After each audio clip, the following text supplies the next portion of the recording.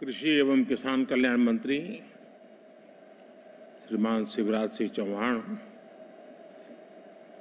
International conference of agriculture economics के president doctor Matin cam,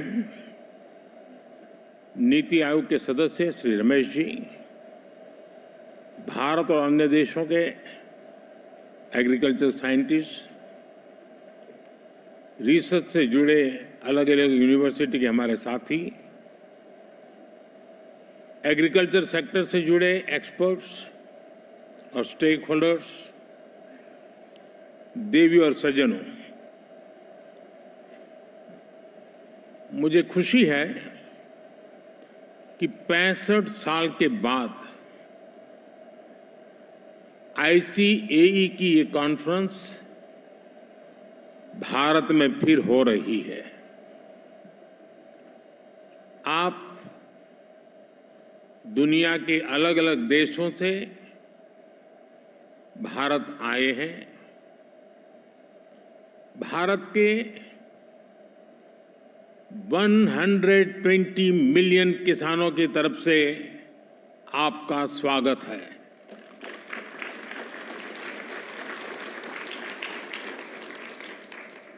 Bharat की 30 million से ज्यादा महिला किसानों की तरफ से आपका स्वागत है।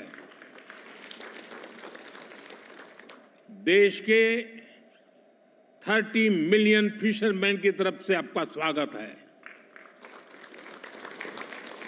देश के 80 मिलियन से ज्यादा पशुपालकों की तरफ से आपका स्वागत है।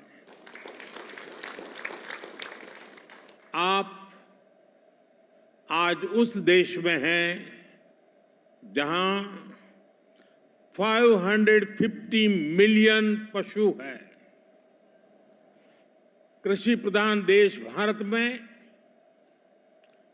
जीव प्रेमी भारत में आपका स्वागत है, अभिनंदन है। फ्रेंड्स, भारत जितना प्राचीन है उतनी ही प्राचीन एग्रीकल्चर और फूड को लेकर हमारी मान्यताएं हैं, हमारे अनुभव हैं और भारतीय कृषि परंपरा में साइंस को, लॉजिक तो प्राथमिकता दी गई है।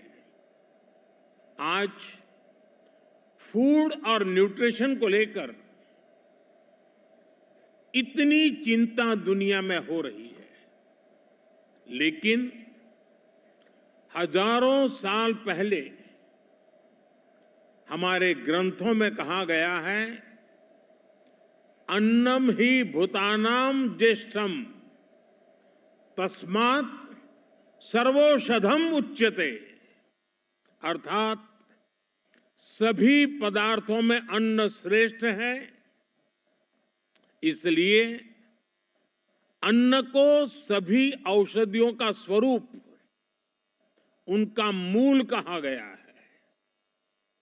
हमारे अन्न को औषधीय प्रभावों के साथ इस्तेमाल करने का पूरा आयुर्वेद विज्ञान है। ये पारंपरिक नॉलेज सिस्टम भारत के समाज जीवन का हिस्सा है। फ्रेंड्स, लाइफ और फूड को लेकर ये हजारों वर्ष पहले का भारतीय विजडम है। इसी विजडम के आधार पर भारत में एग्रीकल्चर का विकास हुआ है। भारत में करीब 2000 वर्ष पहले कृषि पराशर नाम से जो ग्रंथ लिखा गया था, वो पूरे मानव इतिहास की धरोहर है। ये वैज्ञानिक खेती का एक कॉम्प्रिहेंसिव डॉक्यूमेंट है जिसका अब ट्रांसलेटेड वर्जन भी मौजूद है। इस ग्रंथ में कृषि पर ग्रह नक्षत्रों का प्रभाव, बादलों के प्रकार, रेनफॉल को नापने का तरीका और फोरकास्ट, रेन वाटर हार्वेस्टिंग, जैविक खाद, पशुओं की देखभाल, बीज की सुरक्षा कैसे की जाए, स्टोरेज कैसे की जाए, ऐसे अनेक विषयों पर इस ग्रंथ में विस्तार से बताया गया है। इसी विरासत को आगे बढ़ाते हुए भारत में एग्रीकल्चर से जुड़ी एजुकेशन और रिसर्च का एक मजबूत इकोसिस्टम बना हुआ है। Indian council of agriculture research के ही 100 से ज्यादा रिसर्च संस्थान है। भारत में एग्रीकल्चर और उससे संबंधित विषयों की पढ़ाई के लिए 500 से ज्यादा कॉलेज है। भारत में 700 से ज्यादा कृषि विज्ञान केंद्र है, जो किसानों तक नई टेक्नोलॉजी पहुंचाने में मदद करते हैं। साथियों, भारतीय कृषि की एक और विशेषता है। भारत में हम आज भी 6 सीजन्स को ध्यान में रखते हुए सब कुछ प्लान करते हैं। हमारे यहां 15 एग्रो क्लाइमेटिक जोन्स की अपनी खासियत है। भारत में अगर आप कुछ 100 किलोमीटर ट्रेवल करें तो खेती बदल जाती है। मैदानों की खेती अलग है, हिमालय की खेती अलग है, डेजर्ट, ड्राई डेजर्ट की खेती अलग है, जहां पानी कम होता है वहां की खेती अलग है, और कोस्टल बेल्ट की खेती अलग है। ये जो डायवर्सिटी है, यही ग्लोबल फूड की सिक्योरिटी के लिए भारत को उम्मीद की किरण बनाती है। फ्रेंड्स, पिछली बार जब ICAE की कॉन्फ्रेंस यहां हुई थी, तो भारत को उस समय नई नई आजादी मिली थी। वो भारत की फूड सिक्योरिटी को लेकर, भारत की एग्रीकल्चर को लेकर एक चैलेंजिंग टाइम था। आज भारत एक फूड सरप्लस देश है। आज भारत दूध, दाल और मसालों का सबसे बड़ा प्रोड्यूसर है। Bharat food grain, fruits, vegetable, cotton, sugar, T, framed fish, इनका दूसरा सबसे बड़ा प्रोड्यूसर है। एक वो समय था जब भारत की फूड सिक्योरिटी दुनिया की चिंता का विषय था।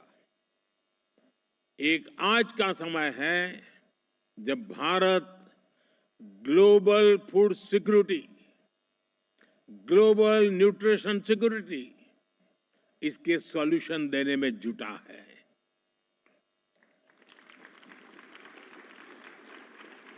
इसलिए फूड सिस्टम ट्रांसफॉर्मेशन जैसे विषय को डिस्कस करने के लिए भारत के अनुभव बहुमूल्य है। इसका बहुत बड़ा लाभ विशेषकर ग्लोबल साउथ को मिलना तय है। साथियों, विश्व बंधु के तौर पर भारत मानवता के कल्याण को सर्वोपरि रखता है। G20 के दौरान भारत ने वन अर्थ, वन फैमिली और वन फ्यूचर का विजन सामने रखा था।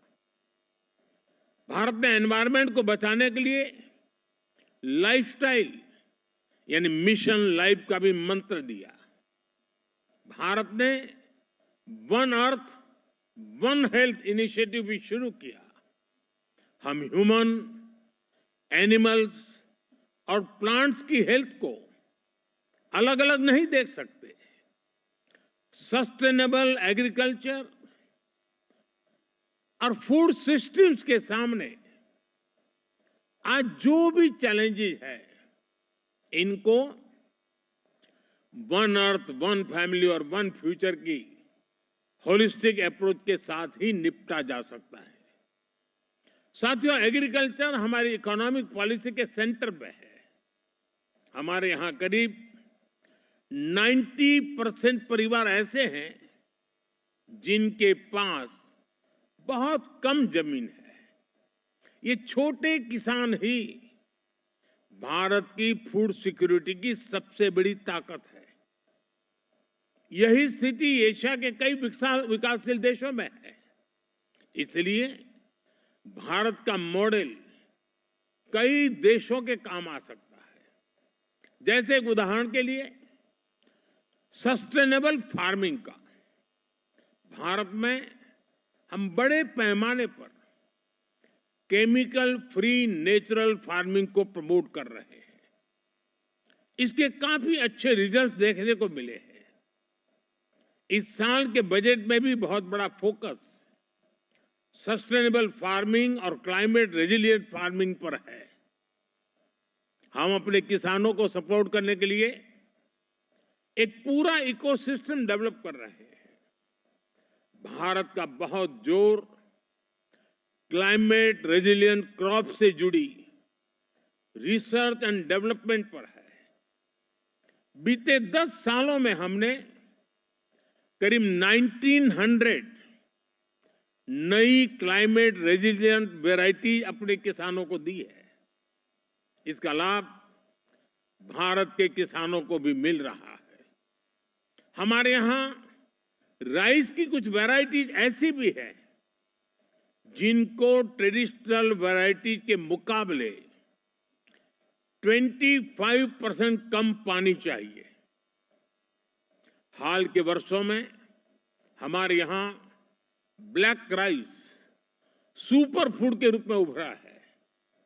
हमारे यहां मणिपुर, असम और मेघालय की ब्लैक राइस को इसकी मेडिसिनल वैल्यू के कारण पसंद किया जा रहा है। वाराणसी से जुड़े अनुभव विश्व समुदाय के साथ शेयर करने के लिए उतना ही उत्सुक है। फ्रेंड्स, आज के समय में पानी की कमी और क्लाइमेट चेंज के साथ ही न्यूट्रिशन भी एक बड़ा चैलेंज है। इसका सॉल्यूशन भी भारत के पास है। भारत मिलेट्स का दुनिया का सबसे बड़ा प्रोड्यूसर है, जिन्हें दुनिया सुपर फूड कहती है, और उसे हमने श्री अन्न की पहचान दी है। ये मिनिमम वाटर मैक्सिमम प्रोडक्शन के सिद्धांत पर चलते हैं। भारत के अलग अलग super foods global nutrition problem को एड्रेस करने में बड़ी भूमिका निभा सकते हैं। भारत अपने सुपर फूड की इस बास्केट को दुनिया के साथ साझा करना चाहता है। साथ ही भारत की पहल पर पिछले साल पूरे विश्व ने इंटरनेशनल मिलेट ईयर मनाया है। फ्रेंड्स, बीते एक दशक में हमने फार्मिंग को आधुनिक टेक्नोलॉजी से जोड़ने के लिए अनेक प्रयास किए हैं। आज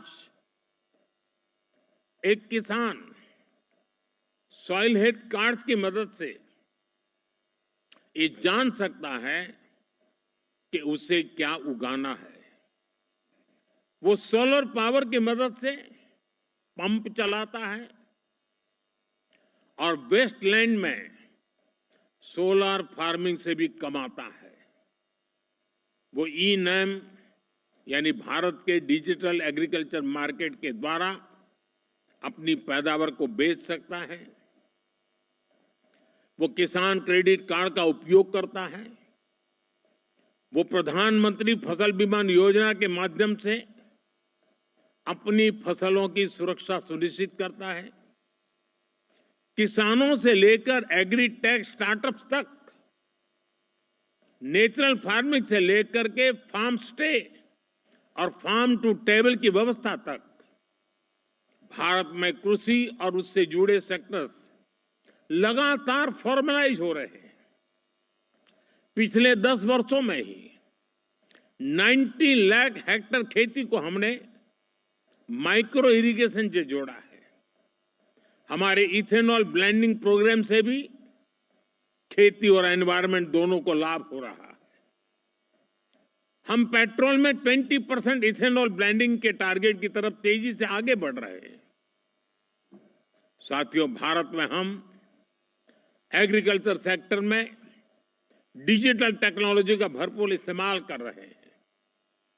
पीएम किसान सम्मान निधि के माध्यम से एक क्लिक पर 10 करोड़ किसानों के बैंक खाते में 30 सेकंड में पैसे ट्रांसफर हो जाते हैं। हम डिजिटल क्रॉप सर्वे के लिए डिजिटल पब्लिक इंफ्रास्ट्रक्चर बना रहे हैं।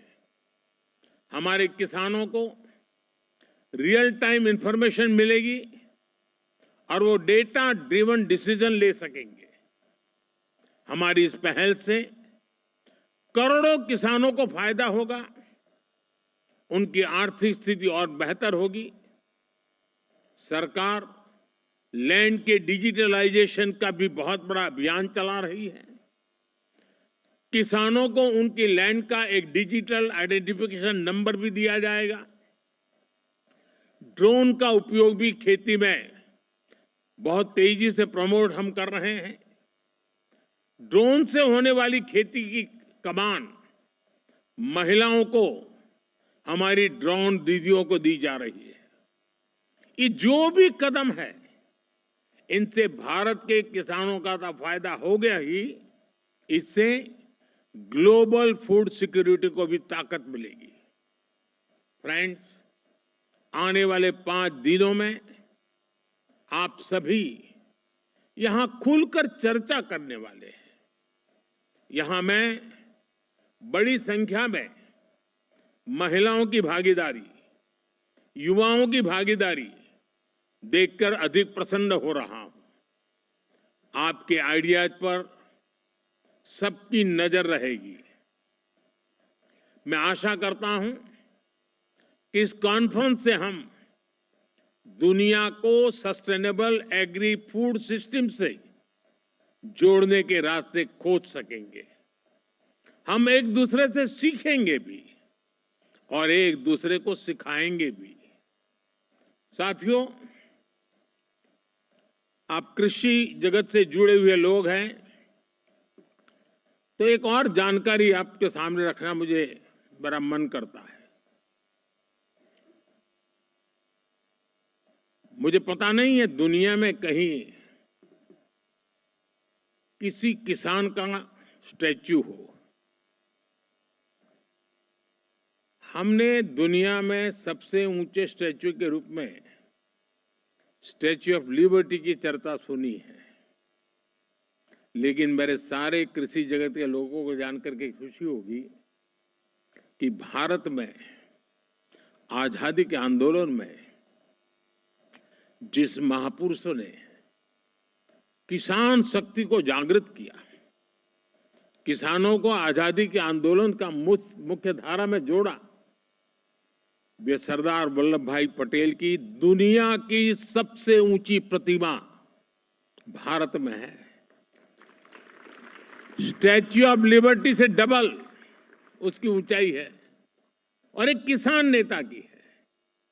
और दूसरी विशेषता है कि ये जो स्टैच्यू बनाया गया है, तो भारत के 6 लाख गांवों से हर गांव में किसानों को कहा गया कि आप खेत में जिस लोहे के औजार का उपयोग करते हैं, वैसा अपने खेत में उपयोग किए हुए औजार का टुकड़ा हमें दीजिए। 6 लाख गांवों से खेतों में उपयोग किया गया लोहे का औजार लाया गया, उसको मेल्ट किया गया और दुनिया के सबसे ऊंचे एक किसान नेता के स्टैच्यू के अंदर उस खेत में उपयोग किए औजार का मेल्ट करके लोहा उपयोग किया गया। मैं जरूर मानता हूं कि इस देश के किसान पुत्र को इतना बड़ा सम्मान जो मिला है, शायद विश्व में ऐसा कहीं नहीं हुआ होगा। मुझे पक्का विश्वास है आज यहां आप आए हैं तो जरूर स्टैच्यू ऑफ यूनिटी, विश्व का सबसे ऊंचा ये स्टैच्यू देखने के लिए आप आकर्षित होंगे। मैं एक बार फिर आप सभी को बहुत बहुत शुभकामनाएं देता हूं। धन्यवाद।